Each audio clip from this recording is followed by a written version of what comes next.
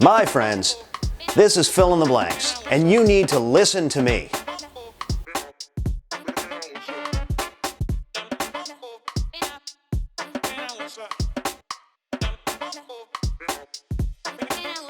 The Chicago White Sox have not only been aggressive in mining the international free agent market for top-level talent, but have also changed their business approach and have been very aggressive in signing some of these young players to long-term extensions, some of them before they even make their debut in the major leagues. They recently locked up Luis Robert, who, if you combine his initial signing bonus back in 2017 and his new 6-year, $50 million contract, which has a couple of option years, meaning they could be committing $100 million to a player who has not seen a major league pitch. Will this approach result in the White Sox being the team of the next decade or the team of what if? Join me as I fill in the blanks.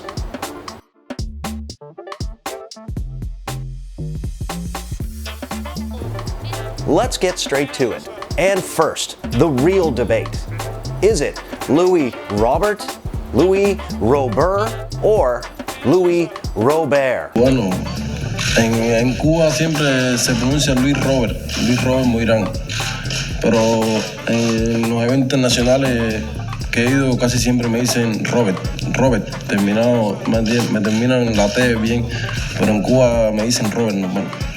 I'm going to go with Robert because most of the pundits aren't pronouncing it, so it makes it sound like I know what I'm talking about.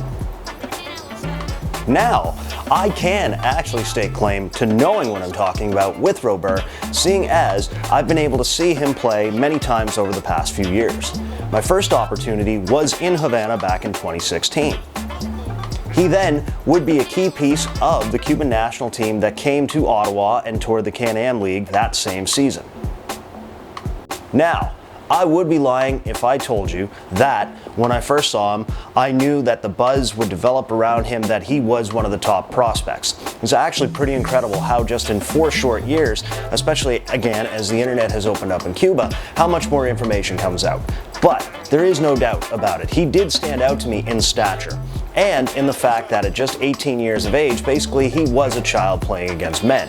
Now that's not so uncommon in Cuba, but his trajectory there actually followed the path of a number of the top stars, in that when he first debuted, his numbers were kind of middling. It's not completely his fault. Again, he was about 10 years younger than most of the other players in the league. As well, he was playing for a team that won multiple championships, so getting at bats is a little bit tough. However, when you look at his progression from year 1 to year 3, it was exponential growth, and no doubt played a key part in why, once the scouts found out about him, they knew that this was one of the guys that was going to have an impact sooner than later.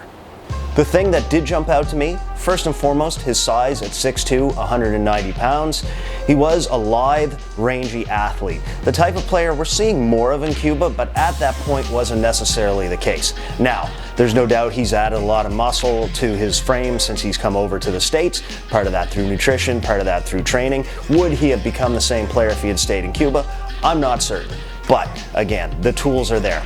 Add in the fact that as time went on, and especially he might have been the beneficiary of being that first key player during this age in which more information came out.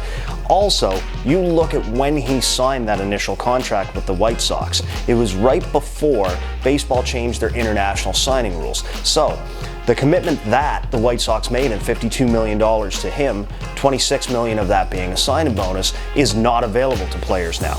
I recently wrote a piece, and you can check that out on my page, about Oscar Luis Colas. He is going to be what many people think is the Cuban Shohei Ohtani.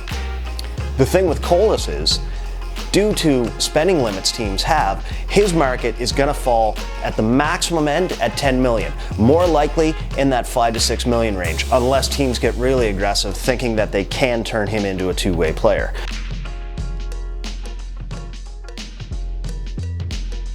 Freddy Cepeda, jugador de Santi Espíritu, ahora con Industriales. Feelings de Blancs, number 1.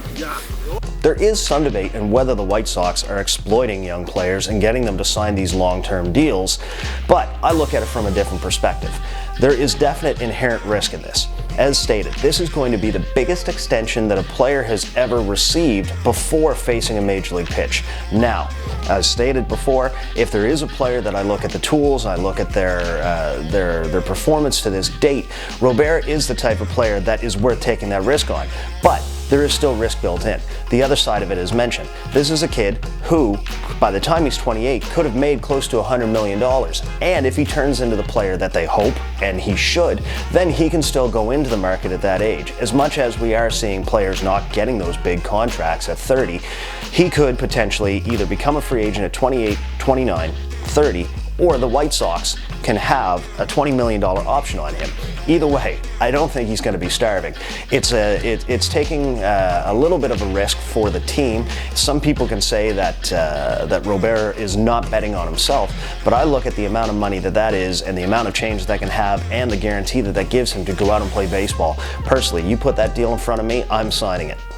Many people, myself included, are predicting him to be the likely Rookie of the Year in 2020. So, leave your thoughts in the comments section. Check me out on Twitter. Check me out on Instagram. I want to know, do you think that Luis Robert is worth the buzz? Do you think he's worth the contract? And do you think that he is the future center fielder in Chicago?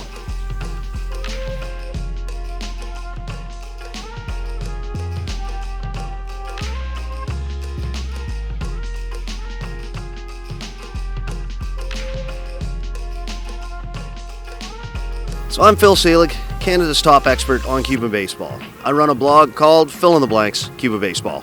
I hope you check out the videos and the photos, as most of them are mine, some of my writing, and as I continue to explore the great game of Cuban baseball, its players, and the impact it has both here on the island and on the rest of the world. So join me as I fill in the blanks.